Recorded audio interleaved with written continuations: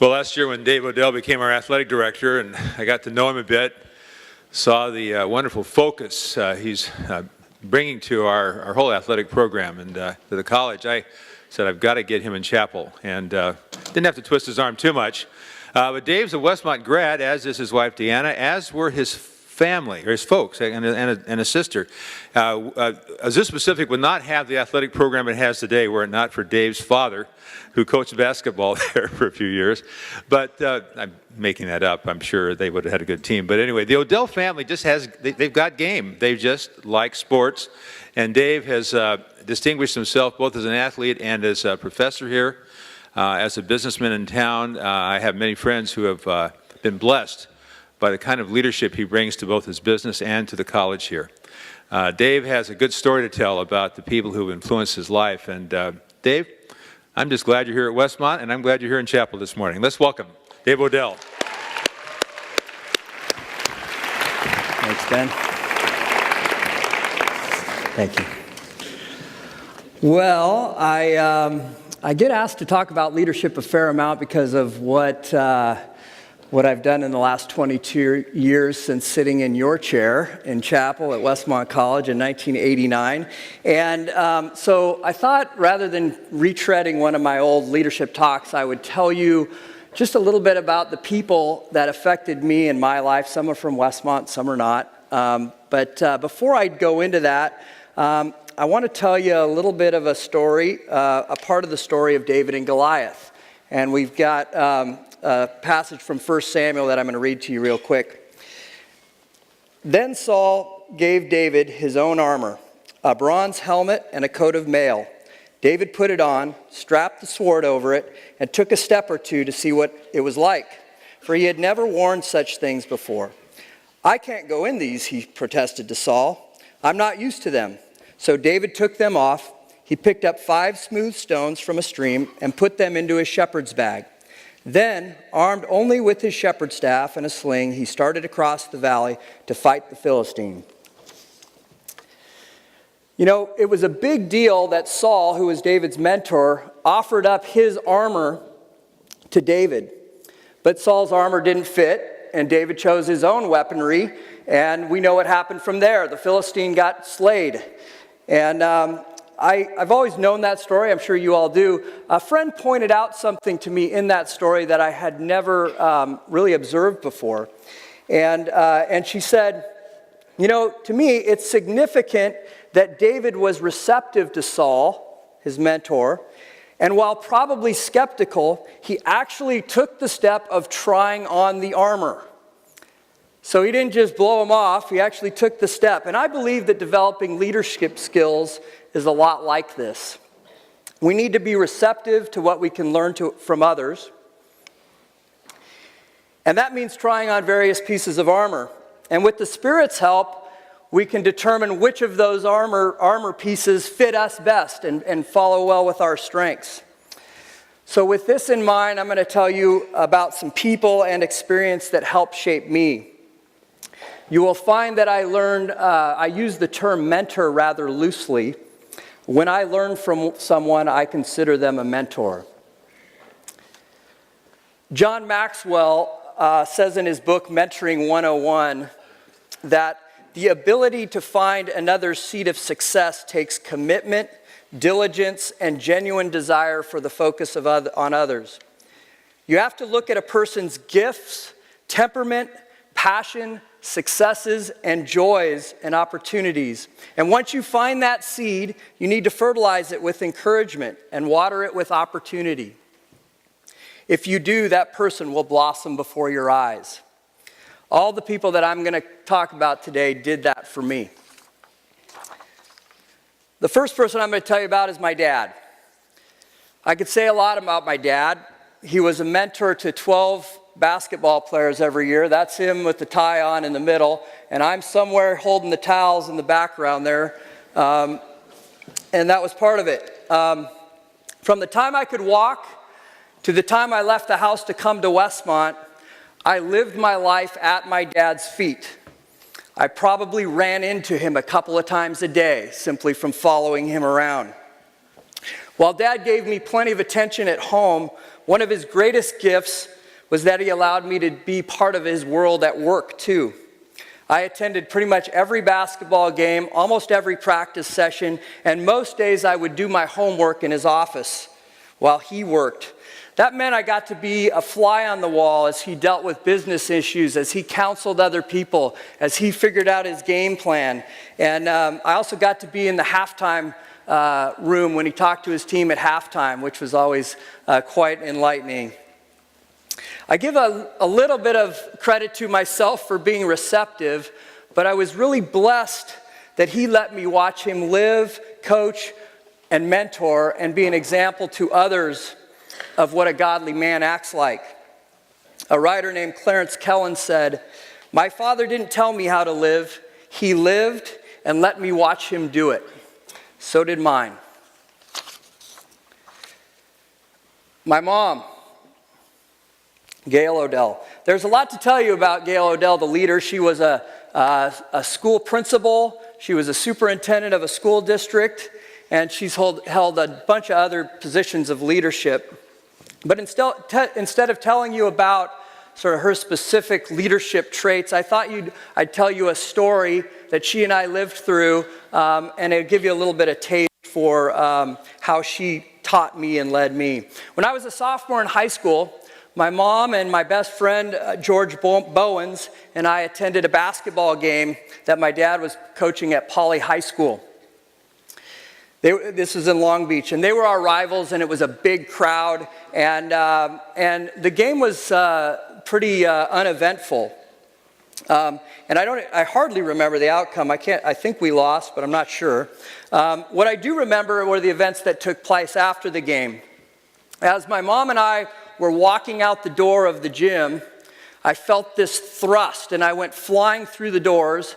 And for what seemed like several minutes, I was punched and kicked and spit on and pushed around to the extent that I got separated from my mom and my friend George. And all I could hear after about a minute or so was my mom sobbing, "Why are you doing this to me? Why are you doing this to me? Why are you doing this to me?" So I fought my way back through the mob, and I got between my mom and a very large woman who was hurling punches down on her. And she ended up running away, and the mob dispersed, and my friend George brought the security in. And I got to tell you, I was raging.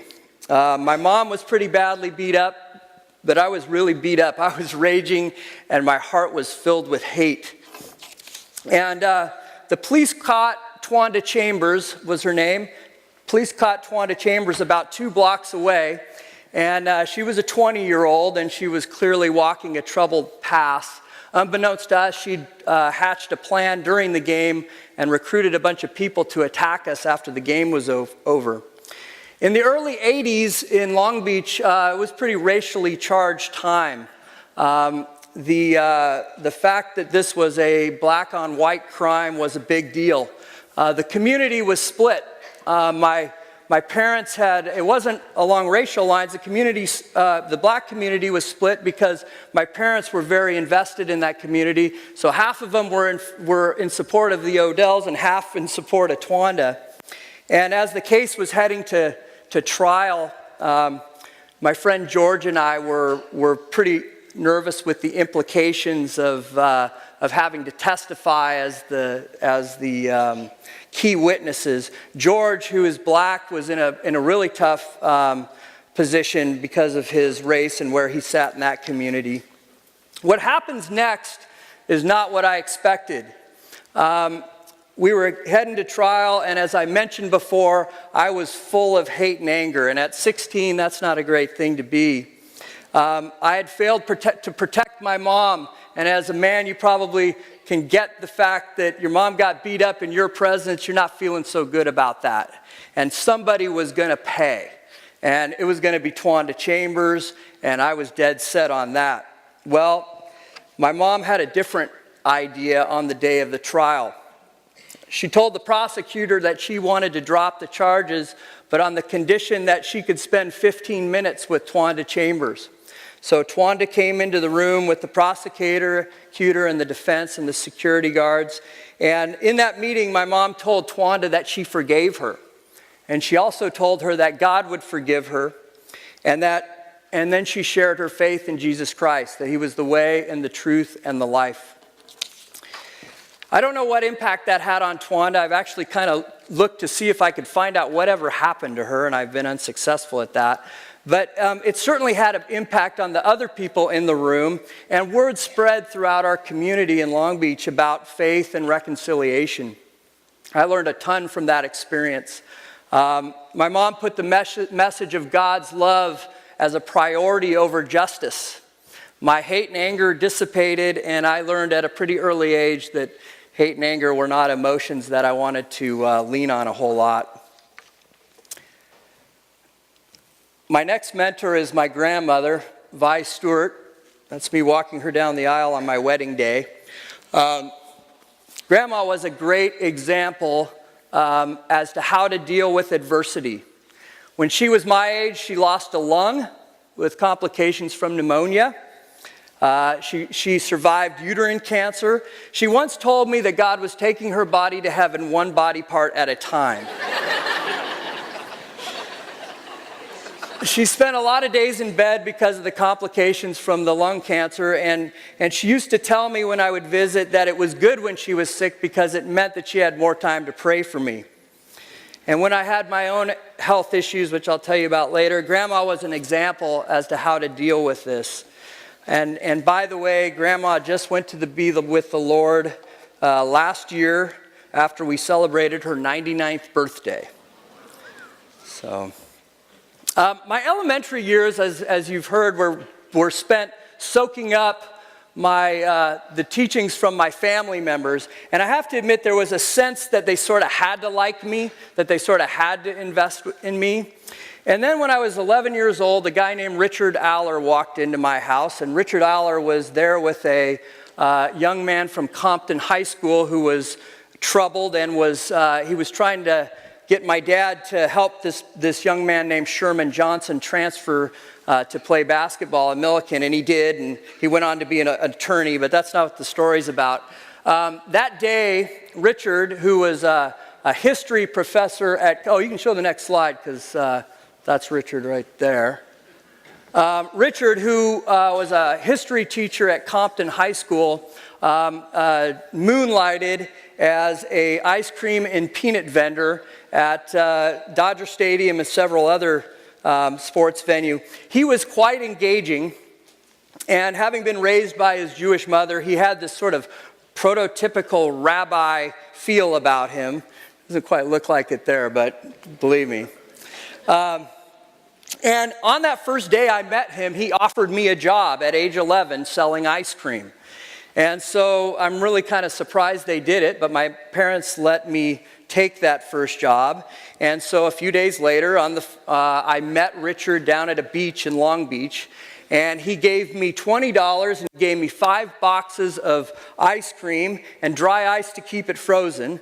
And my job was to walk on the soft sand with this 30 pounds of ice cream on my back for 2 miles selling ice cream to all of the beachgoers. We sold the ice cream for 50 cents, and if I sold one, I got to keep 20 cents of it. 40% commission's pretty good. So, that first day, other than being able to make money for the first time, I learned a lot from Richard. He taught me how to be an apprentice. He taught me you got to keep the dry ice on top of the ice cream. That'll keep it cold. But you don't want the ice cream too cold, because if it's too cold, it'll be too hard, and when they bite into it, they'll break their teeth on it.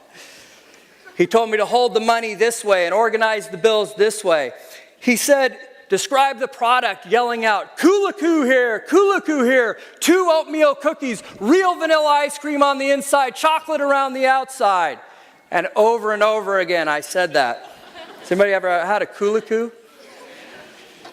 And then he said, always assume the sale. Don't walk up to a group of people on the beach and say, do you want to buy an ice cream? It's how many ice creams do you want to buy? What I figured out that day that Richard didn't teach me is that beachgoers are suckers for 11-year-olds carrying a lot of ice cream on their back. So I sold a lot of ice cream that day. What I didn't know at the time is that Richard was one of the best vendors in the country for ice cream and peanuts. He was always the top salesman. And for the next 15 years, I worked hard for Richard. We sold ice cream and peanuts at pretty much every venue in Southern California. And every time I went, Richard continued to teach. We had long bus rides together to go to these places and get the ice cream and get it all set up. And he had several phrases for me that didn't relate to vending. And part of this was his history lessons. But what he did, and by the way, I still talk to Richard at least once a week. And he has three things that he said to me over and over again. If I had a bad day, he'd say, "They all get beat, Harvey." And that was kind of, okay, I lost that day, but I'm going to come back the next day. On politics, he would say, forget about liberals and conservatives and Democrats and Republicans. Just do what's right. That's what he would say. And then the third thing he would say, in order to build humility, was he'd say, David, timing is everything. Timing can make you look like a genius, and timing can make you look like a schmuck on the street. And then he would pause for a kind of effect, and he'd say, and David, my boy, you are neither. And we'd go on from there. As it goes with apprentices, sometimes the apprentice thinks their time has come and they're going to surpass the mentor. And I became pretty good at vending. And my sales, I always wanted to check my sales because I wanted to be the top sales guy. And after I got good, I was always coming in second to Richard. And so he always outsold me. But what I was so competitive, as some of you probably know already, I decided that the only reason Richard would beat me in the sales game was because he had the best section. So I went to him and I said, I think I can sell more than you if you give me your section. And you know what? Richard, being a good and wise mentor, didn't care about competing with me. He cared about my growth. So you can probably guess what he did next. Even you football fans, even you football fans in here probably don't remember, but the Oakland Raiders used to play in LA at the Coliseum. Those were the glory years. We actually won a Super Bowl then. And the best section to sell ice cream in the Coliseum is the cheap seats in the closed end of the Coliseum. Well, we had a nickname for that section. We called it Little Vietnam. And it was Little Vietnam because every Sunday, especially if the Raiders were losing, a war would break out. They would just fight. And they would fight with themselves, and they would fight with the Denver Bronco fans, and it was crazy. So that was the section. Richard gave me the section. He said, before you hit Little Vietnam, I got a few pieces of advice for you. Stash all your big bills immediately. When the fight breaks out, take your wad of money from your bag and shove it into your pocket. And don't try to run down the stands. Wait for the security guards to come and get you. And so I took that to heart, and I started walking off with my ice cream. And then he yelled, hey, I hope you sell more ice cream than me. And that meant a lot to me. And that is the actions of a true mentor. After that Sunday, Little Vietnam became my section, and Richard was really happy that I had it. I consider Westmont one of my mentors just because of the collection of people that were devoted to me while I was here. That's me in front of the chapel on graduation day, and I've gained a little bit of weight since then. But, when I was at Westmont, it didn't get off to a really great start. I had been a straight A student in high school, and my first semester at Westmont, I got a whopping 2.4 GPA. There's my transcript right there. I actually had him send it to me. I think it was typed on a typewriter. That Principles of Econ class C+, I'm living proof that you can make it in business even if you got a C+ in Paul Morgan's Principles of Econ macro class. And we won't talk about the other ones. A- in fitness for life, I don't remember that. After a really good senior year of basketball down in Long Beach, I thought I was pretty hot stuff. And when I came to Westmont, I got a little beat down in the basketball department too. I was the smallest guy on the team, and I was struggling to adapt with the style of play, which was very structured. I recall one of my first practices at Westmont. I was actually right over there in that corner, that basket, and I dribbled to the baseline, and I threw this sweet behind-the-back pass to Darryl Jones. Darryl Jones, who was posting up, caught the pass, took one step, all in one motion, and dunked on the helping defender. And the whistle blew, and I thought, man, I'm going to get some positive feedback from Coach Kammer for the first time in my career. And guess what he said? He reamed me for throwing an unfundamental pass. So that made me believe I may have picked the wrong place to go to school. After that first semester, I really did consider leaving and maybe go to a place that really wanted me. I'm thankful that I didn't take that option, and I chose to take on the challenge to grow. And boy, did I grow. I went from high school superstar to towel-waving bench warmer.